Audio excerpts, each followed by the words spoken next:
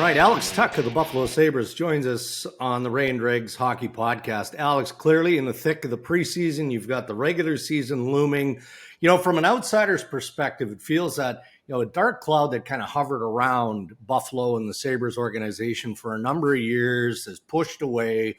Yes, there's a lot of work to get done, but you can see the light at the end of the tunnel. As a player, does it feel like that for you? Yeah, obviously I grew up Sabres fan, so I Yeah. saw the Sabres during some of their best times and some of their worst times. And um, being just a hockey fan in general, when I was in Vegas and stuff and seeing the Sabres struggle and then come in and kind of see a little bit of change of culture.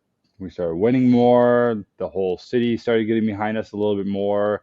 Just the whole feeling definitely has changed in the past year or so, and it's been a lot of fun to be a part of, and it's really exciting, honestly.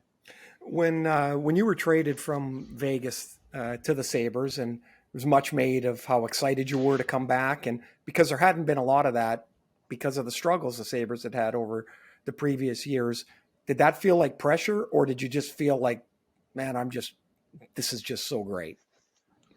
It was so amazing, honestly. Everyone welcomed me with open arms, and it was a really special feeling to be able to come and put that jersey on for the first time. But I'd say the hardest part about the trade, honestly, was not being able to play right away, being All right. injured still, and it was, I don't know, I didn't really feel any pressure because our team just was, I don't know, they just let me jump right in and just try to be a part of it. And honestly, it was maybe a little bit talking to the media more than anything else. But other than that, Mm. the hockey side of things, it was just go in and play hockey. There was no pressure from anyone really. So it was fun, it was easy to do.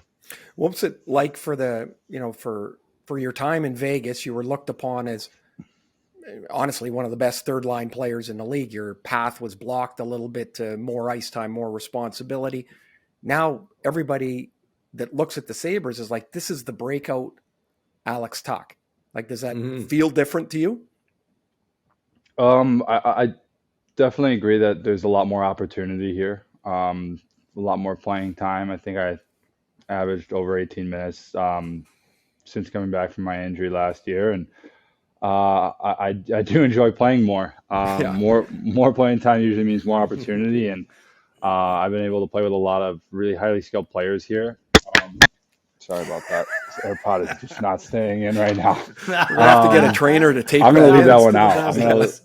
I'm gonna leave that one out. But so yeah, it's being able to play in top power play, top one or two lines has been it's been a lot of fun, and hopefully I'm up for the challenge, and I think that I haven't reached my true potential yet. So there's still a lot of things that I'm working towards, and hopefully um, I prove those people right that are talking about maybe having a breakout year this year.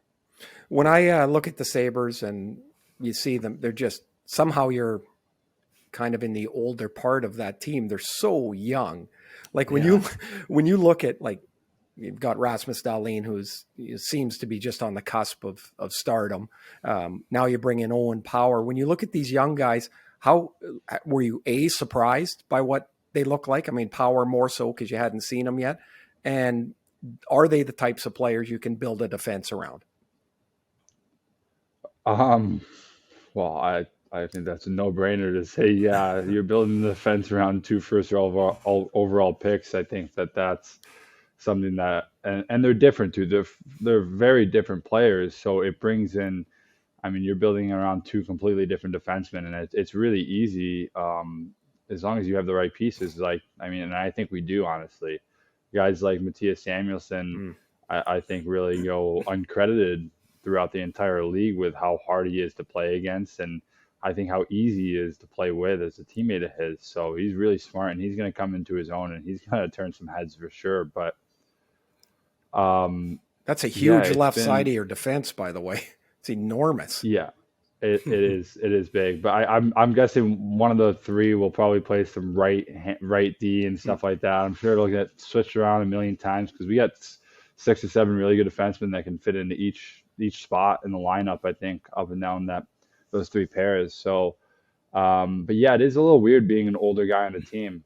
Coming from Vegas, I think I was the youngest guy for like the first 3 years I was there, and I was a rookie for 3 years, I felt like, and I was like the little brother on the team. And then coming here, it was yeah, you're looked at as a veteran. Yeah.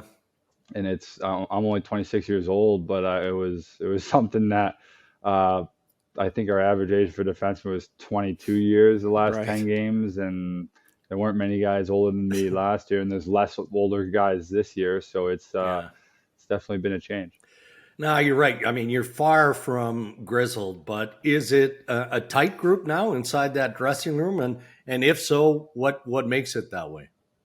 Yeah, it's an extremely tight group. It's guys that, I mean, we love hanging out with each other at home, on the road. We have a ton of stuff planned already for the year. Guys are excited watching football together. We're in fantasy football and everything like that. But I think it starts with like our leadership group of Kyle Oposo and Zemgus Girgensons. As soon as I got here, they welcomed me right away, and they like having that tight group. They like guys that are able to be themselves, and they really, I guess, push that mentality of just, hey, just be yourselves. Everyone's going to be a little different, but we're all going to accept you for who you are. And as long as you want to be here and you're a good person, you're going to be accepted. And that's the type of team that we have. And that's the type of players that Kevin Adams and Don Granato want in our locker room. And it's been really easy. Everyone's here for a reason, and we're all coming together really well.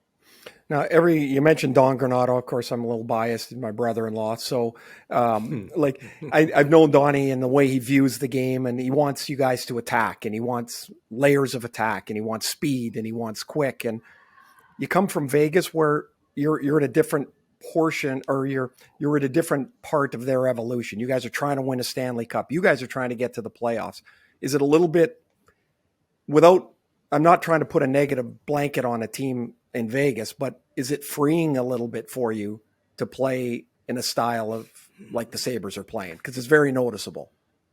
Yeah, I would say that the guys in this locker room, doesn't matter who you are or how old you are or anything like that. We don't have guys walking on eggshells. We have guys that, like I said, are able to be themselves.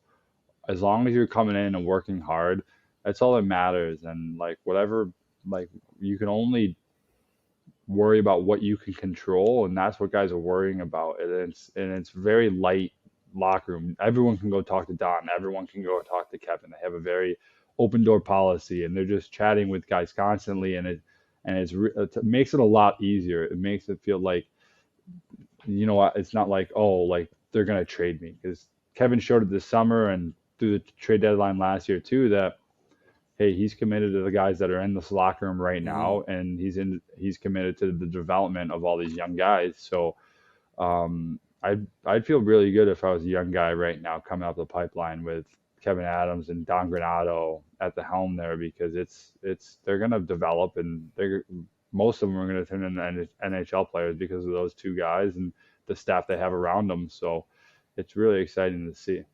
You mentioned growing up in Buffalo. Who was your Sabres guy? Who was your favorite? Well, Tim Conley was my next door neighbor. Our parents still live 10 feet away from each other, or 10 yards away from each other. Our backyards touch, so he's been on my backyard ice rink a couple times, and he came out and played street hockey with some of us younger guys a few times, but he was well older, so I don't really know him too well. But I mean, I love watching him, and then I loved Afinogenov, Briere, Drury, and then my goalie was Ryan Miller there. So I actually played my first NHL game against Ryan Miller too, and almost scored on him. So you scored on him? Happened. No, I almost. No, I haven't. I don't think I ever got the better of Millsy there, but no, it's and he's getting inducted this year. Or jersey's going up this year, so he was amazing and well deserved. What about the Bills? I've got to know Josh Allen a bit. He's probably my favorite player to watch. He's unbelievable. They got a lot of special players in that team.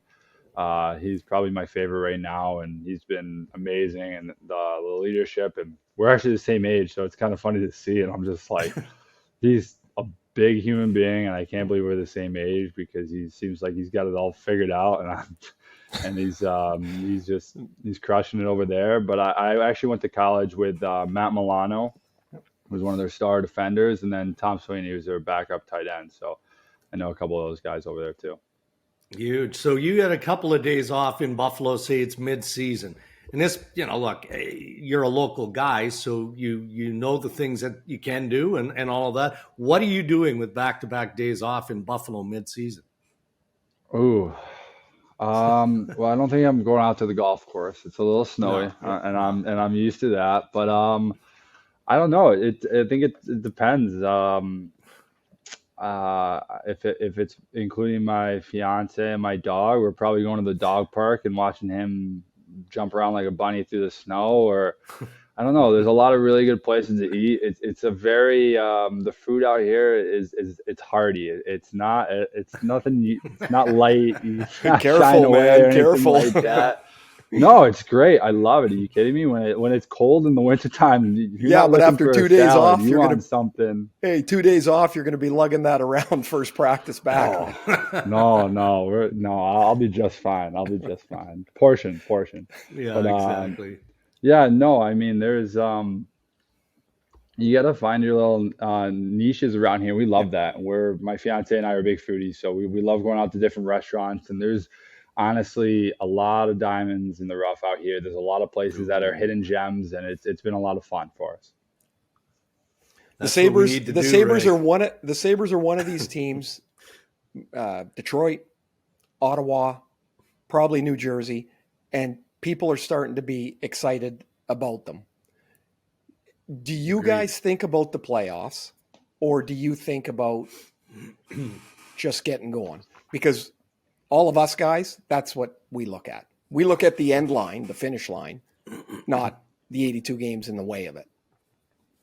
Yeah, if we were to think about the playoffs, our season would be over before it even started, honestly. That is with how young our team is, and it just wouldn't work. It wouldn't work for us. We're focused on game one.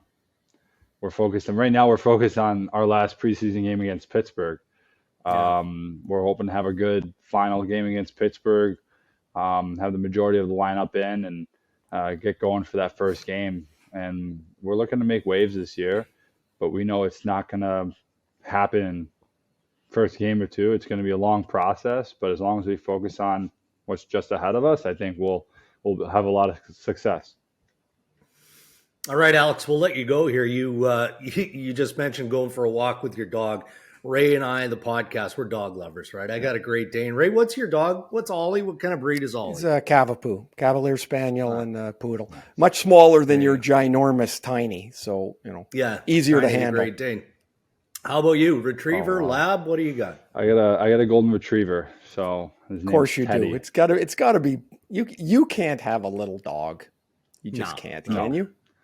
No, the Sabre, you can go look on the Sabres account and stuff. I think they posted one of him on my shoulders actually yesterday. We did a dog calendar shoot yesterday, so that's going to be coming out. So that'll be fun. And he just got his first grooming yesterday, so it's been he's been adjusting to that. He's almost 2, and we just let him go naturally, and we just would comb him and like we brush him and shower him and stuff ourselves. But he was feeling a little different after the groomers. He was looking a lot different too, but it was fun. Sorry, what's his name? His name's Teddy. So he's got an Instagram, Teddy Tuch, and everything like that. If you want to go follow him, it's fun. Teddy Tuch running the show, Teddy, I'm sure, right? That's awesome, Alex. Thanks for doing this, man. All right, thanks, guys. Have a good one.